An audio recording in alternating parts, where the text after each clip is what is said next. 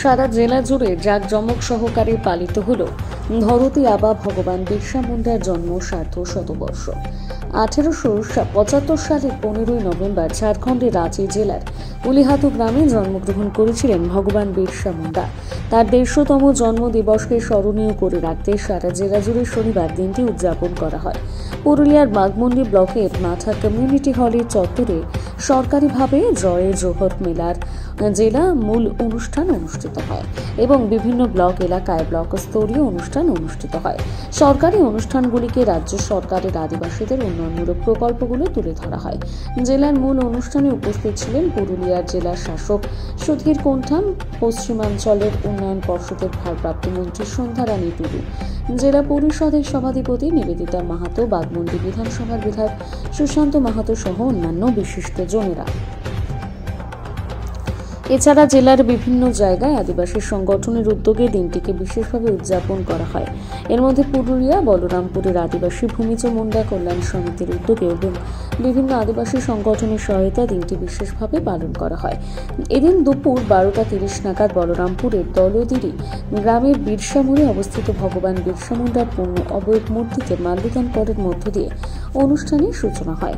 বলরামপুর শহরের বিভিন্ন রাস্তায় একটি বর্ণাঢ্য শোভাযাত্রার পর মূল পর্বের অনুষ্ঠান হয় বলরামপুর সরাই ময়দানে। এই অনুষ্ঠানকে ঘিরে আদিবাসী সম্প্রদায়ের মানুষজনদের মধ্যে ব্যাপক উন্মাদনা লক্ষ্য করা যায়।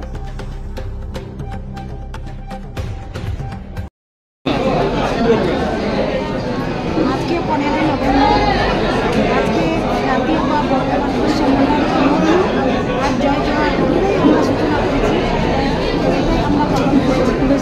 আজকে জাতীয় বা সম্মেলন জন্মদিন সারা ভারতবর্ষ, আমাদের পশ্চিমবাংলা আজকে আমরা পুরুলিয়া জেলায় তার সাথে সাথে মেলাও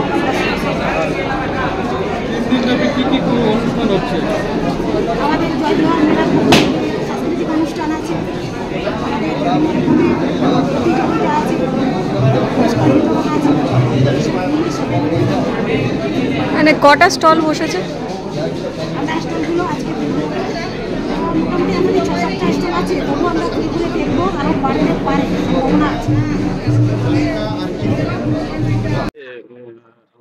ভগবান বিরসা মুন্ডার যে 150তম বার্ষিকী জন্মবার্ষিকী উপলক্ষে বলরামপুরে যে আয়োজন আপনারা করেছেন সেটা একটু বিস্তারিত।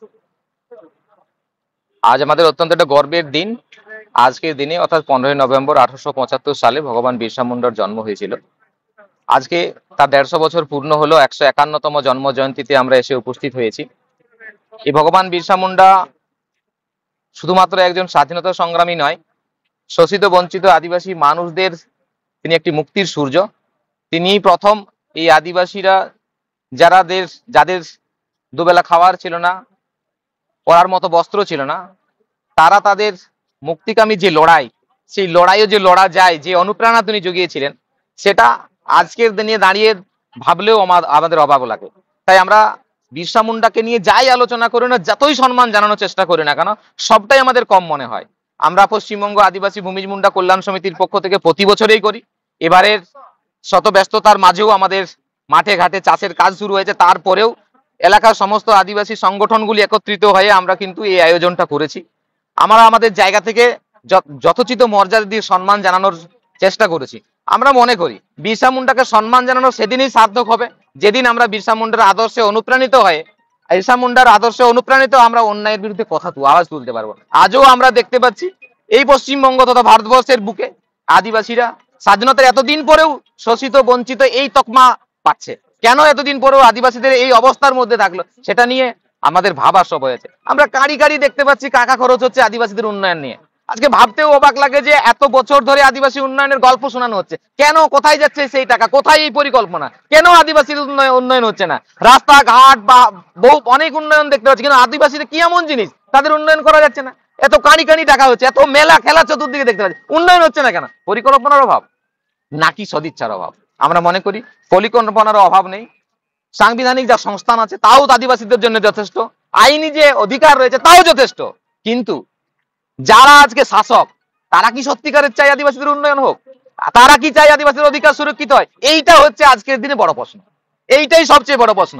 বারবার আঙ্গুল তুলে এটাই আজকে জিজ্ঞেস করতে মনে হয়, উচ্চ হয় শাসকদেরকে, এই যে আদিবাসীদের নিয়ে আজকে চতুর্দিকে খেলা হচ্ছে, মেলা হচ্ছে, আমরা অবাক হচ্ছে নাকি বলরামপুর এলাকায় কোথাও নাকি জয় জোহার মেলা আদিবাসীদেরকে নিয়ে হচ্ছে। জানেন না এখানে কতজন আদিবাসী এই ঘটনাটা জানে, এই বিষয়টা জানে? তাহলে এই যদি অবস্থা হয়, এই যদি সরকারি উদ্যোগ আর তার পরিকল্পনার ফল হয়, তাহলে আদিবাসীদের উন্নয়ন নিয়ে কতটা বাস্তব ভাবনা চিন্তা হচ্ছে সেটা তো স্বাভাবিক। আদিবাসীদের কি রাজনৈতিক বিভেদ সৃষ্টি হয়ে গেছে আদিবাসীদের মধ্যে? দেখুন, রাজনৈতিক একটা ভিন্ন বিষয় অবশ্যই বলবো, যে রাজনৈতিক ভাবে আদিবাসীদেরকে ব্যবহার হচ্ছে। আজকে দেখুন আমরা দেখতে পাচ্ছি বিরসা মুন্ডাকে নিয়ে বিভিন্ন রাজনৈতিক দল মাতামাতি করছে। কেন? আজকে মালা দেওয়ার জন্য পুষ্পার্ঘ নিবেদন করলেই কি আদিবাসীদের উন্নয়ন হয়ে যাবে? এটা তো কখনোই নয়। আদিবাসীদের যদি উন্নয়ন করতেই হয় তাহলে আদিবাসীরা যে দাবিগুলো করছে তা পূরণ করা দরকার। দ্বিতীয়ত, বিরসা মুন্ডা তো প্রথম থেকে যেটা বলে গেছেন, জল জঙ্গল জমির অধিকার, এই অধিকারের জন্য ব্রিটিশদের বিরুদ্ধে লড়েছিল, তাদের বিরুদ্ধে লড়াই করে ব্রিটিশদের কাছ থেকে সিএনটি অ্যাক্ট নিজেদের জন্য বলবৎ করতে বাধ্য করেছিল ব্রিটিশদেরকে। আজকে স্বাধীন ভারতবর্ষের বুকে কি এমন ঘটনা ঘটলো? দ্বিতীয়ত, আপনি রাজনীতির কথা বলছেন, হ্যাঁ একটা খামতি আমাদের জায়গায় এখানটাতে আছে, বিভিন্ন রাজনৈতিক দল বিভিন্ন ভাবে আমাদেরকে ব্যবহার করছে। এই খামতিটা আমাদের সমাজের মধ্যেও আছে। আমরা সামাজিকভাবে যতটা সংগঠিত, রাজনৈতিকভাবে ততটা সংগঠিত হতে পারিনি বলেই আজকে যে যখন পেরেছে আদিবাসী সমাজকে নিজেদের স্বার্থে ব্যবহার করেছে। আমরা বিভিন্ন সামাজিক সংগঠনগুলো এই চেষ্টাতেই এখন ব্রতী হয়েছি যে আমরা সামাজিকভাবে সংগঠিত হওয়ার সাথে সাথে রাজনৈতিকভাবে সচেতন হব। আমার নাম লক্ষ্মীনারায়ণ সিং সর্দার, পশ্চিমবঙ্গ আদিবাসী ভূমি মুন্ডা কল্যাণ সমিতির রাজ্য সম্পাদক।